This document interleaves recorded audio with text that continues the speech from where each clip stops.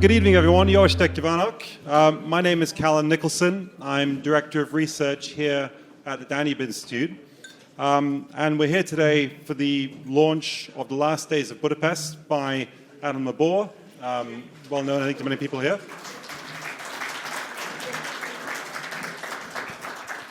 So I think for many here, Adam needs no introduction, but he's a prolific journalist and author. He's written for the FT, the Times, the New York Times, really, you name it, with papers. He's written 8 non-fiction books, translated into 14 languages, 7 novels, many of which are set in Budapest. And on top of all of that, he's recently become my colleague as well, and one of the most gracious colleagues one can imagine. So we're here today for the book launch, and the structure will be, Adam will now say a few words about the book, but also about the short film we're going to start with, which is about 15 minutes. And he might also mention the Danube Institute paper that was published on the same topic yesterday. Then we'll show the film. After that, we'll have a short discussion, and then open it up as quickly as we can to questions. And we're hoping to wrap up for 6:30 so people can mingle and talk to Adam more informally at the top, and there'll be a book signing then too. Okay, so I'm going to hand it over to Adam now. Adam LeBor, thank you. Thank you, Callum, and thank you everyone for coming today. And most of all, thanks to the Danube Institute for hosting us in this wonderful venue and for giving us the opportunity to show the film that I made with Krista Fenya, or it would be more accurate to say that she made with me. She produced and directed it, and we're going to show that in a couple of minutes. The film is our journey through the secret histories of the buildings of Budapest. Everyday buildings that you'll see, some of them, and 1 or 2 have plaques, but many are unmarked, and we're trying to tell the story of what happened here. And that reaches back to the roots of the book. And I was thinking about this, speaking to Callum earlier today about what we were going to talk about, and he said, how did this book start? And I realized this book started on a day in November 1990 when I was here on assignment for Elle magazine to do a travel article about the wonderful new world of Eastern Europe, as Central Europe was still called then, the former Soviet bloc. And I just still always remember walking across the chain bridge and the smell of the damp river and the lignite coal and the Trabant fumes, and walking across to the other side, seeing what's now the Gresham Palace, which is a beautiful building, and it is truly wonderful that it's a hotel and hasn't been turned into a bank or an insurance company, although ironically originally was the offices for an insurance company. And it was just untouched since 1945, like so much of the city. And I just thought, wow, I'm walking in history here. I've never experienced anything like it. So that was the root of the book. And then over the years, I spent many years here as a foreign correspondent. As Callum have said, I became particularly interested in history, historical memory, the way that Hungary views its past, which I learned after a while is much more complicated process when you've lost a war than when you've won one. And as Callum mentioned, I've actually written a paper on Hungary's contested wartime historical memory, which I'm very pleased and proud that the Danube Institute has just published today, of all days. So if you're interested in those themes, please download and have a look at the paper. Also, many other interesting papers on our website. But let's loop back to the film, and if we could start the film, and then we'll take you on our journey through the secret history of wartime Budapest. Should we sit over here? Yeah.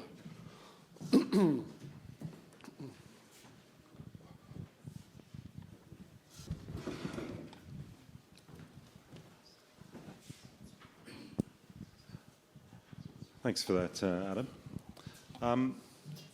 So I thought I'd start. I mean, I've spent the last few days reading the book, and you mentioned in your opening comments this idea of walking with history when you came here in 1990, and I came here 3 years ago, and pretty much the month I arrived, they broke ground on the building opposite this building, which finished, I think, last week. They finally took off the scaffolding, and it makes you realize just how present the consequences of all this still are, obviously. But in the context of this, I'm thinking about, reading the book. It seems to be, it's many things, obviously, but most fundamentally, obviously it's dealing with a great deal of tragedy, but it seems to be almost a biography of the city of Budapest itself. And the question I have for you is, what were you setting out to do? What was the main thrust? Did you have a clear idea, or was it just an impulse? No, I had a clear idea. I mean, one of the impetuses for the book, as I say in the film, was hearing personal stories such as my late father-in-law and many other stories, and realizing that there are books about the siege. There's a very good book about the siege by Christian Ungvari. There's other books, obviously, by Hungarian historians who've looked at this in detail. There's many books about the Hungarian Holocaust, but nobody had tried to write in English a biography of the wartime city, and that's what I tried to set out to do. So the book actually starts in the book actually starts in 1916, because the original, which is obviously not in the Second World War, it was in the First World War, but the original idea was to write a book about 44 and 45, like the kind of the crucial, darkest years of the war. And that's what I was commissioned to do, but it didn't work because I had to keep telling so much backstory all the time and explaining so much. Then I moved it back to 1939, and there's still a lot of backstory to tell, so I thought, okay, let's just go back to 1916, because there's some really interesting... That's when King Charles IV was crowned as King of Hungary, as already being the new Emperor of the Austro-Hungarian Empire. And you can watch the film of that on YouTube. It was made by Michael Curtiz, who later made Casablanca. And it's really amazing footage. And there's a very good account of it as well in the New York Times, and also by Katinka Androsi, as she was born. And I thought, it's like the last hurrah of declining empire. Then after that, with the war is lost, the empire is dismembered, you have Trianon, the Red Terror, the White Terror, then the comparative stability of the earlier haughty years. So I just realised I have to tell that whole story. But the book goes pretty fast to 1939, so don't worry, you're not getting hundreds of pages of Hungarian history. It's from 1916, I think in 3 or 4 chapters we get to 1939. It was interesting reading it because you could feel, I know you also write thrillers, and there was an interesting effect in the film. You could feel the vice of tension tightening with each chapter as you get into it. Well, I like that, Callum, and if you could put that on Amazon and other bookshops, I would be very happy. No, but you're right. I did try very much to bring in fictional techniques to tell the story. So we're bringing in characters, then we have cutaways. Lots of the characters die, unfortunately. Clara Androsi died. She was killed in 1941 tragically in an air raid in Dubrovnik. And then, so there's this kind of almost natural sense of, as the story evolves, different characters come forward, different characters come back, and the story revolves around them. It's actually interesting because the effect I found reading it was that the characters were done, and I hadn't thought of it, but that you're shocked when some of them die because they've been presented as almost the heroes of the story. And it was an interesting... I never actually read a historical book that has that effect in the same way. Can you talk, though, a bit about not just the narrative process, but the research process of it? Because we were talking earlier today, and I didn't realize how much... it's very obvious that the book's been long distilled. There's a lot of interesting, the diaries you found. I mean, where were you finding them? There was multiple places that I looked. I mean, first of all, published accounts. There's various published accounts already. Then in the British archives, the UK National Archives, have a surprising amount of material about Hungary.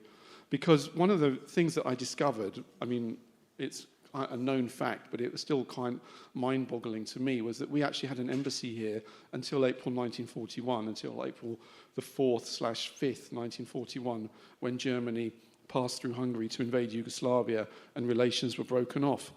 But until then, there's a huge amount of files. There's all the diplomatic correspondence from Owen O'Malley, the British minister here. Minister is one rank below an ambassador.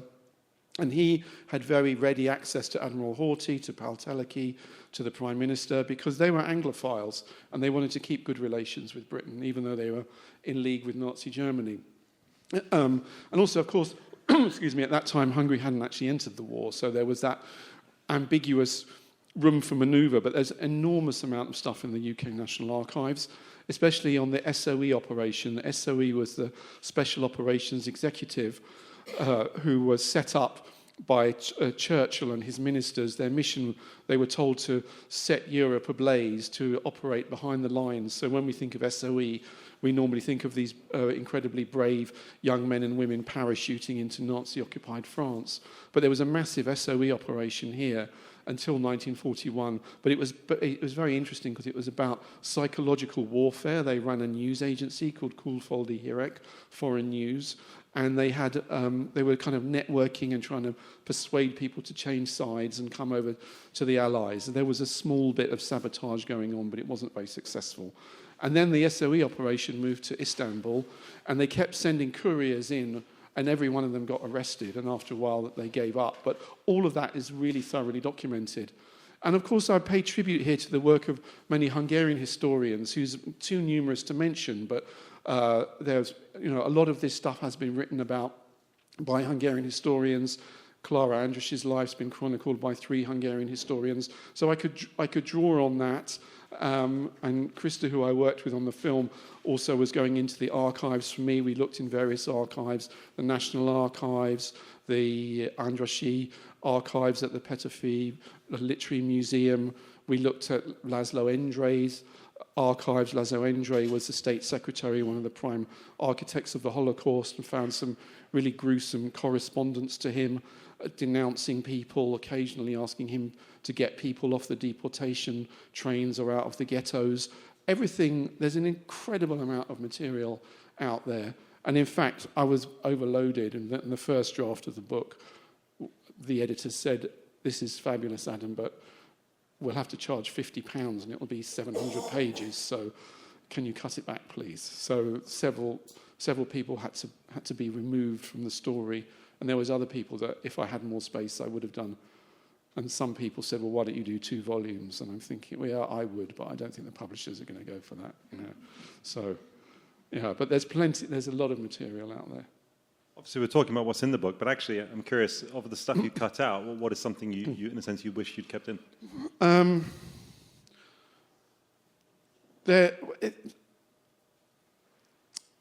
What did I wish I kept in? I had much more in about Reich Laszlo, who was one of the leaders of the communist resistance, and they were very interesting with their relationships with the Zionist resistance, and the whole kind of network of resistance operations. But I was told quite specifically that there's too many names in the book. You've got to remember that it's for a British, fundamentally a British and American audience, the initial editions, and there's just so many names coming at people all the time. So that went, I didn't include the story of Jane Haining, who was a very brave Scottish woman at the Scottish Mission Church who went to Auschwitz when she accompanied the children when they were deported. There was Agnes Keleti, who passed away recently, who survived the Holocaust in Budapest. There was another member of the Odescalchi family, Nicky Odescalchi. I had quite a bit of material about him, but eventually you have to take some decisions, and because otherwise it turns into an encyclopedia. And I wanted to keep that drive, the narrative drive of fiction, of a thriller, to keep it moving, which it seems to have worked. Yeah, I thought so. It's interesting. We work together and we go out for lunch occasionally. And often, there's been a couple of times before I read this book, we'd linger outside the Andrássy Palace, and he'd tell me stories about it. And then reading the book, and they were interesting, but then I read the book, and the character, I say, but the historical, real person of Kaya is obviously lived there, and I now recognize that building is. I said to you today, I feel like that building haunts you a little bit. I'm wondering if you could talk it does about a bit, yeah, it does, because it's always been a strange place, because after the war it was stripped of its wealth and valuables and everything, taken over by the communists, and it was turned into a sort of local cultural centre. And I think many years ago I actually remember going to a tango lesson there once. I had a friend who did tango and he persuaded me to try it. It was a complete disaster because I was just stepping on everybody's toes. It was not for me, but at the time, they still had a little thing out there saying Andrássy Palota, and I'm thinking, what's this? What's going on here? And then at the back, which we showed you, there's a huge plaque in Polish and in Hungarian. And then what a story of that building. It was an open centre of anti-Nazi resistance. And that carried on, actually, until the Germans invaded. That carried on after April 1941. And the Germans were always telling the Hungarians, shut this down, stop it. And the Hungarians said, no, we're not going to. You know, the Poles are our allies. So there was, at the same time as they're fighting with the Germans in Russia. So there's always this complexity. But I do think it's a haunted building. And if you ever watch the film again, you can see, you probably didn't notice it when you watched it now, but the film's on YouTube. When we go in, and I go to the door, those doors opened on their own. I did not open those doors. They are not electric doors. There was no wind. There was nothing happening in there. There was no one that went through them and they were swinging. They both just opened. So, you know, you can make of that of what you will. Could you talk more about, I mean, reading the book, there's a lot of compelling stories, but there's two people in it that have stayed with me a bit reading it the last few days. I've been thinking about. One is Kaya, because you mentioned at one point that there have been books written about her, but I don't think in English. And also the other one is actually István Horthy is quite an interesting character. Yes, the son of Admiral Horthy, a very interesting character. Yeah, Kaya Descalci Clarandra, she does deserve a book. She has been written about quite extensively by Hungarian historians, but I think there's still more to be dug out in the archives, in the British archives, perhaps in the Polish and German archives, and bits of the Hungarian archives as well. We looked in some of the Hungarian archives, and their files had disappeared in the 1960s, so the story is not fully told. Unfortunately, although the SOE archives in Britain are extensive and are open, she wasn't working with SOE. She was working with the ambassador on some other operation, probably with SIS, which is the Secret Intelligence Service, also known as MI6. Their archives are closed forever and never open. But you know, we'll keep digging on that because there's more. I have a strong sense there's more of a story to tell there. But yes, István Horthy, very interesting. One of the other key sources in the book, especially later on, is the extensive memoir of his wife, Ilona Adelsheim-Jula.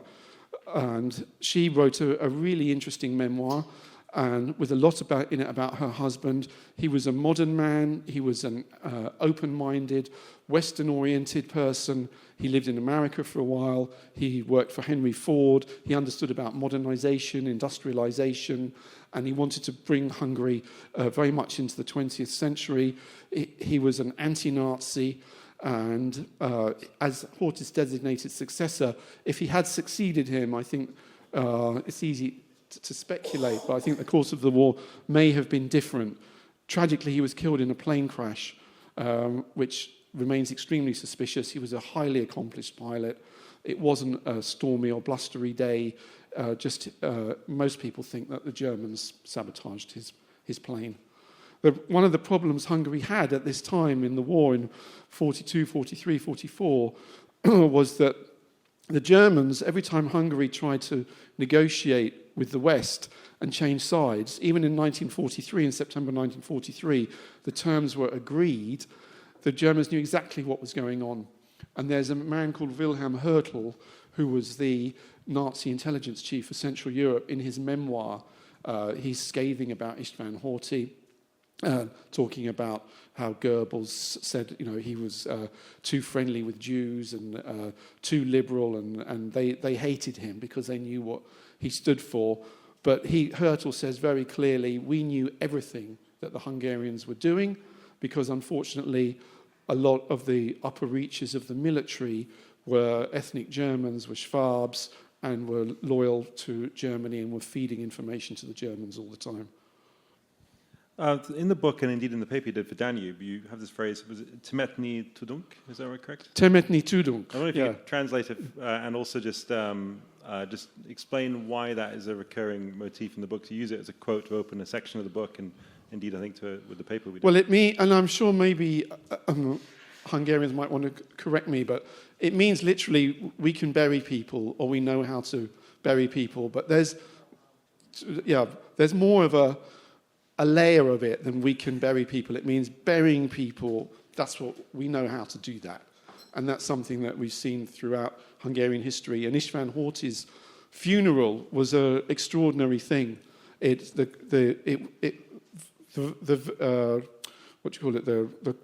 The vehicle with the coffin in came from Parliament up Alkotmanutz all the way to Nyugati, and if you read the contemporary accounts of it, the streets are lined with people crying and sobbing. The whole of Nyugati station is bedecked in black. The train is bedecked in black. It trundles slowly off to Kenderes, where he was buried in the family crypt, and unfortunately buried with him was, much of any chance of Hungary managing to change sides or come over to the Allies. I just want really one final question from me before we open it up to questions. Is having written the book, and we were talking today, and I was curious about you've written a great many books, and you said you spent 3 years on this one. I did, yeah. And I think you said it was the most intensive research process you've done. So what has stayed with you? What's lingering? It took over my life, especially the last 6 to 8 months, which I just basically wrote. And then, as I said, I wrote too much, but that's okay, because it's better to write too much. And the editor says, cut it back, please, and write not enough. I think what stays with me is a sense of the city, that I still have that sort of almost sense of wonder that I had in 1990. Just the feel of the history, especially at night. If you walk around, say, walking past Androssy Palace at night, when I come down and walk across the Chain Bridge and I look at that building and I know something of what happened there in the war, walking around the castle district, when, I should say also, in the book, there's 2 very, very strong accounts of the siege. One of them from a teenage soldier called Irving Gallantai, who later wrote a memoir with an incredible account of what it was like to fight, the savagery and the brutality.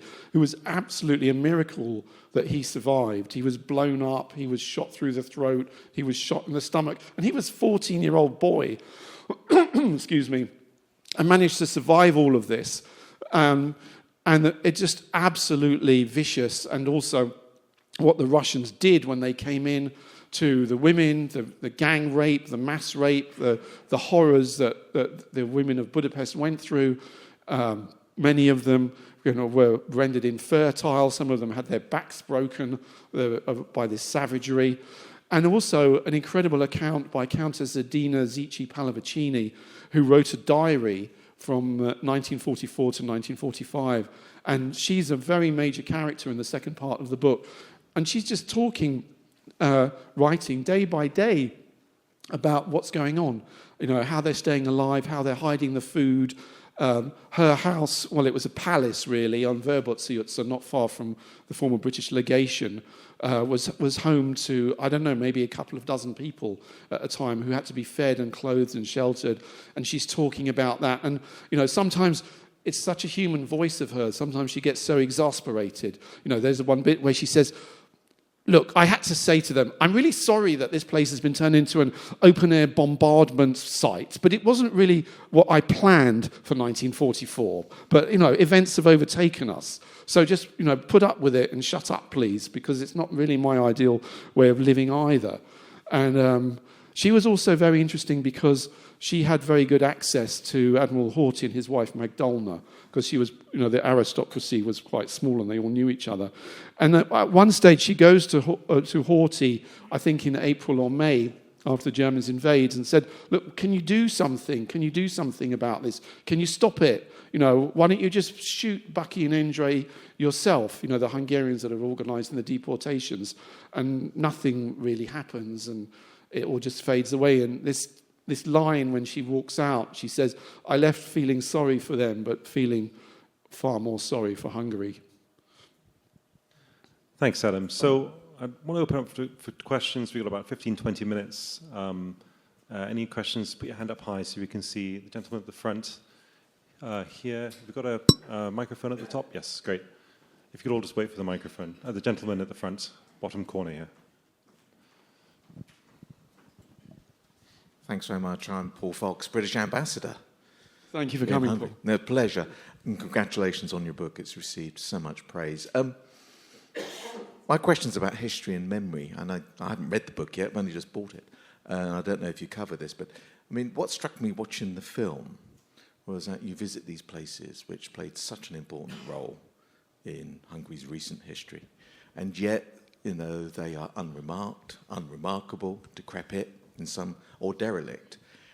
And I just wonder if this says something about Hungary's view of its own past, its changing relationship with the past, and whether it has challenges reconciling itself to the past. Of course, it could have changed over time. The communists may have had a particular approach. The change of regime may have brought something out. But I just wonder if, you know, if you have any reflections on that history and memory where, you know, they're trying not to remember these terrible things.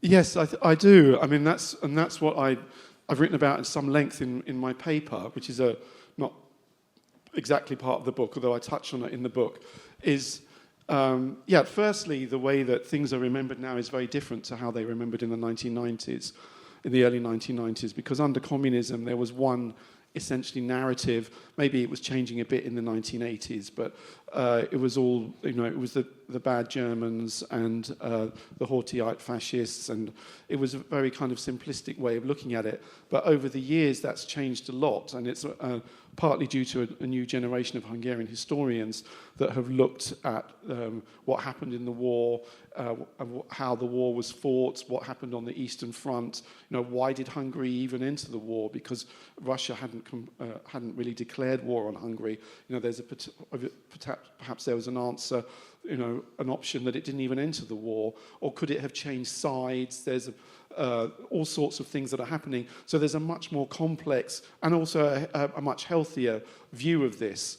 And also when people in the government talk about the Holocaust and what happens now, they say openly, this was a catastrophe, a catastrophic failure. We failed to protect our Jewish citizens. So it's, you know, Hungary is part of the international network of Holocaust commemoration. So things are much more open, much more complex, and much more nuanced now, I think, than they used to be. But there is also, the question is, what do you do with these buildings? Some of them do have plaques. So the Andrássy Palace has a decent plaque, but I mean, I think there should be a museum in there on the ground floor in that place, in the part of the palace where I once went disastrously tangoing. That should be a museum. It should be a museum of the Hungarian-Polish resistance, of the British rescue operation. People should know about these aspects of the war. But then what do you do about 4A Karthausi Street, where Eichmann had his office? I mean, if you lived there, would you want a big plaque there saying, you know, previous tenants include Adolf Eichmann?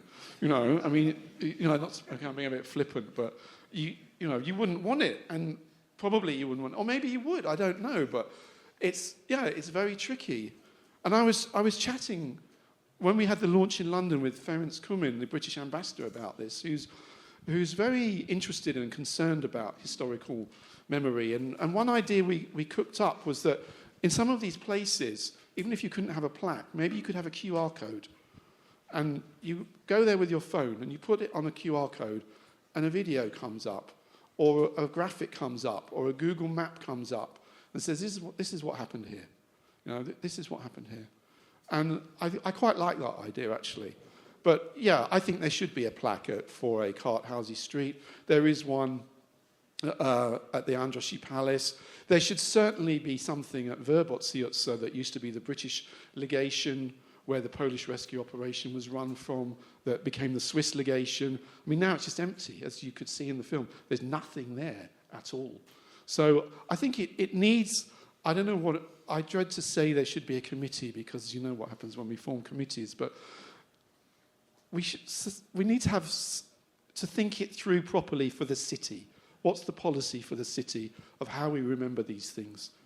Because it's a bit ad hoc at the moment. Actually, I think next time I'll take two questions at once. So I'll come to you two, but these two gentlemen here, please. If you just one after another. Yes, I'm quite surprised. You seemingly left out the story of Noel Brand. According to my research, there was a serious chance to save the Hungarian Jews. Yeah? Unfortunately, this attempt, which was launched by Eichmann, by the way, and with the help of the Jewish person, Noel Brandt, I'm sure you know, and I'm surprised why don't you mention it? It was sabotaged by the Noel Brandt went to Palestine to broker a deal with the Western forces, yeah? And he was kidnapped by the British, and he was sabotaged by the Jewish agency. So what do you make of this? I will answer that, absolutely. Second. Can we just take the other question as well, though, quickly, and we'll pair them up? Yeah. And actually also Shandor as well here. Hi, Adam Kester Eddy. I'm a journalist, just for the others. I was not thinking of you at lunchtime, but this tempted the question about what Balázs Orbán had said back in September, that basically in '56 Hungary should have surrendered, in essence. And it made me think of the siege of Budapest, and maybe I've got too much communist narrative here, but I'm sure you've written about it, that there were two Soviet officers sent to ask Budapest to surrender. Did you delve further into that? And was there any, I mean, obviously it was controlled by the Arrow Cross, so that they obeyed Hitler's orders, but was there any movement, in fact, in Budapest? The war was lost. I mean, it was obvious it was going to be terrible, and the killing, if it was killed by the two officers with white flags, can't have helped the horrors that happened once Budapest was liberated, in inverted commas. Actually, we'll stick with two just for now. Stick to two, yeah. So firstly, about Joel Brand. The film is a taster. It's just an introduction to some of the places and the characters. I would say it's about 15% of the people and the places and the stories of the book. It's just a few, just to give you a sense of it. So a full documentary would be 4 or 5 hours with everything that's in the book. Joel Brand stories I cover at length in the book. So Joel Brand was a member of one of the leaders of the Va'adah, which was the Zionist Aid and Rescue Committee, which was composed of Joel Brand, his wife Hansi Brand, Otto Komoy, Reza Kastner of the famous Train, which is also covered in the book, Samuel Springman, and some other people. And it says very clearly in the book, one day Joel Brand was having a coffee at the Moves Kaffeehaus on André which is still there, and a car came to get him, to take him to go and see Adolf Eichmann. It was his birthday. He thought it was his last birthday. Eichmann made this rather grotesque offer to him, saying, if you go to the Allies, we will do a deal with the Allies. If the Allies give us 10,000 trucks and sugar and cocoa and some other bits and pieces, which we'll only use on the Eastern Front, we'll stop killing the Hungarian Jews. So Brands had obviously no choice. He went off to Vienna with a man called Andor Gross, the smuggler king of Budapest. Andor Gross was working simultaneously for the Hungarian, American, German, and Zionist intelligence agencies, so I can't imagine what his to-do list was like when he woke up in the morning. Anyway, they went to Vienna. On the Vienna plane, they were put on a plane from Vienna to Istanbul, a Nazi plane. They arrived at the border with Syria. Syria was under Allied control. They were both immediately arrested. I mean, of course they will be arrested. They'd arrived on a Nazi plane to Istanbul, which would have been noted, because Istanbul was neutral. They were both enemy nationals. They turn up at the Allied border saying, hello, we've come from Budapest. We want you to swap 10,000 trucks for the remainder of Hungarian Jewry. I mean, you say it was sabotaged by the Jewish agency. I don't think there was anything to sabotage. This could never, ever happen. And it was the tragedy of Joel Brand's life that he spent the rest of the war, a lot of it interned in Cairo. Eventually they let him out and he went to Tel Aviv. But he had to do it. Of course he had to do it, but he never stood a chance. But I do pay tribute to his bravery in the book, for sure. Kester, yes. Well, about the siege. Well, yeah, I mean, of course, it would have been, I think, with hindsight, it's easy to be clever, but the savagery and the destruction of the siege of Budapest could have been avoided. Because look at what happened in Prague. Nothing like that happened. Or in Bucharest. But unfortunately, Hitler declared that Budapest was a Festung, a fortress city, in early December, and stand and fight. And so they stood and fought. But yeah, if they had surrendered, I think it was not feasible for it to. It was surrounded. If you're surrounded by the Red Army, you're done. So it was a catastrophe that this happened. And I think perhaps if they had stopped fighting when the Red Army moved in, they might have been less savage, because they wouldn't have lost so many of their soldiers, because the tactics that they used are the same as they use now, just human waves. I mean, you can read about it, how they captured Margaret Island, just wave after wave after wave. I remember someone telling me who survived the siege. He was on the Buda side, and one evening he watched the river was frozen. The Germans and the Hungarians were shooting at the Russians in Pest, because Pest was captured first. And the Russians sent out these soldiers in white uniforms, staggering all over the river, probably drunk, terrified. Half of them were shot, and then the rest staggered back. They were just baits, basically. And then when they shot them, they could see where the Germans and the Hungarians were shooting. Then the artillery barrage started. So it was savage. It was a savage siege. Can I just, so quickly, Shandor and also the gentleman here, but can I ask how many other questions are there? Because we want to wrap it up fairly soon to have some book signing. Any other questions? Yeah, and you can always chat with me in the reception as well. Okay, so let's do Shandor and the gentleman at the end, and then we can wrap up this here. So hello, my name is Shandor Kerekes. You and I were corresponding for a few years on the internet, and I never thought I will see you here. I'm very happy I am. Two things. One is concerning a part of the film about the torture chambers on the Schwabhegy.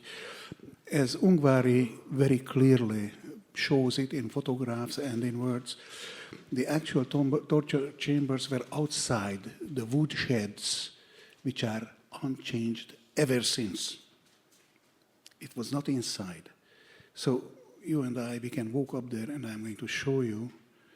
You won't be the first Brit who will be interested in this.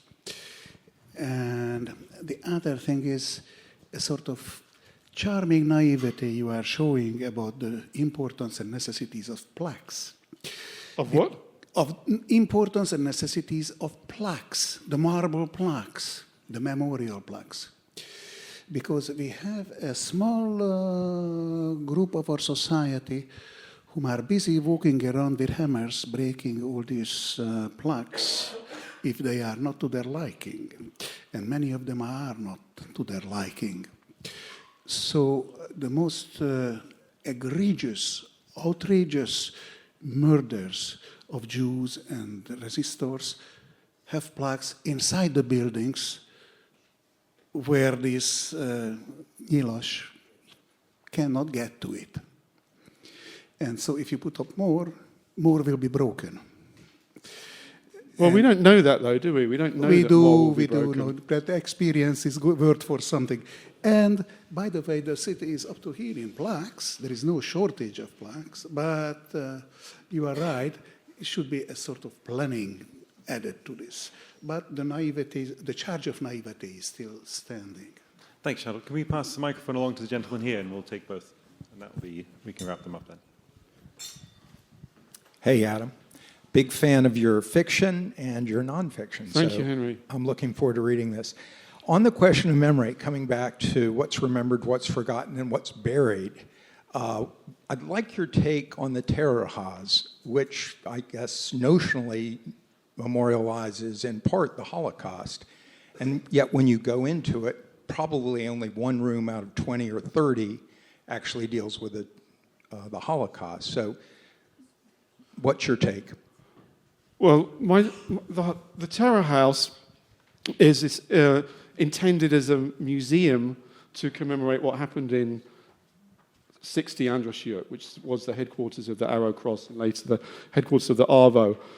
And there is there's a couple of rooms about the Arrow Cross time, but the bulk of it is about the the building's time as headquarters of the ARVO. So I think the balance could be adjusted a bit there. Yeah. But essentially, their argument is that there's a Holocaust museum, which there is a Holocaust museum, and it's a slightly different museum because it's a museum of a building. But also, what happened in that building is at the moment it's very much about the communist times because it was a communist torture chamber place more. But it was originally, it started out under the Arrow Cross. So I think there could be more about that in that building. Adam, do you think we fit in another question or two, or? Yeah, we can take one more, yeah. Any other questions?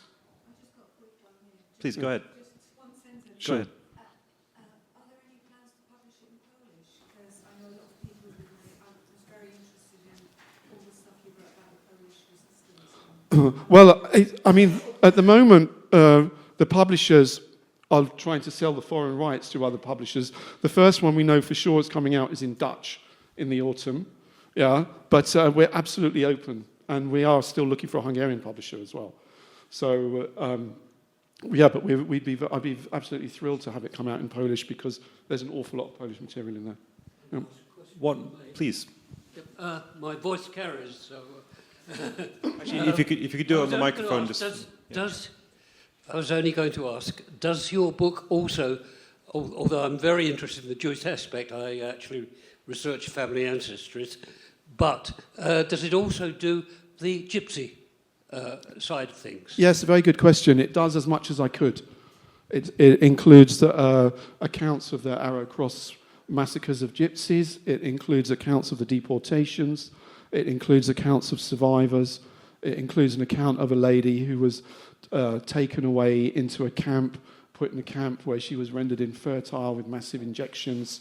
I put as much as I could find about the Roma Holocaust, which they call the Poremus. It was hard to get material because it just doesn't exist as much. The interviews that I found were much shorter, much terser. There isn't such a developed culture of memory, but I made every effort I could to include the stories of what happened to the Roma in Hungary as well. Well, thank you very much, Adam, and thank you for the film as well, and thank you to everyone for coming here for this event tonight. So now Adam's going to be signing books upstairs, and you're all welcome to stay and mingle and talk to Adam and to each other. So thank you very much. Thank you all for coming. Thank you for listening. Thank you very much.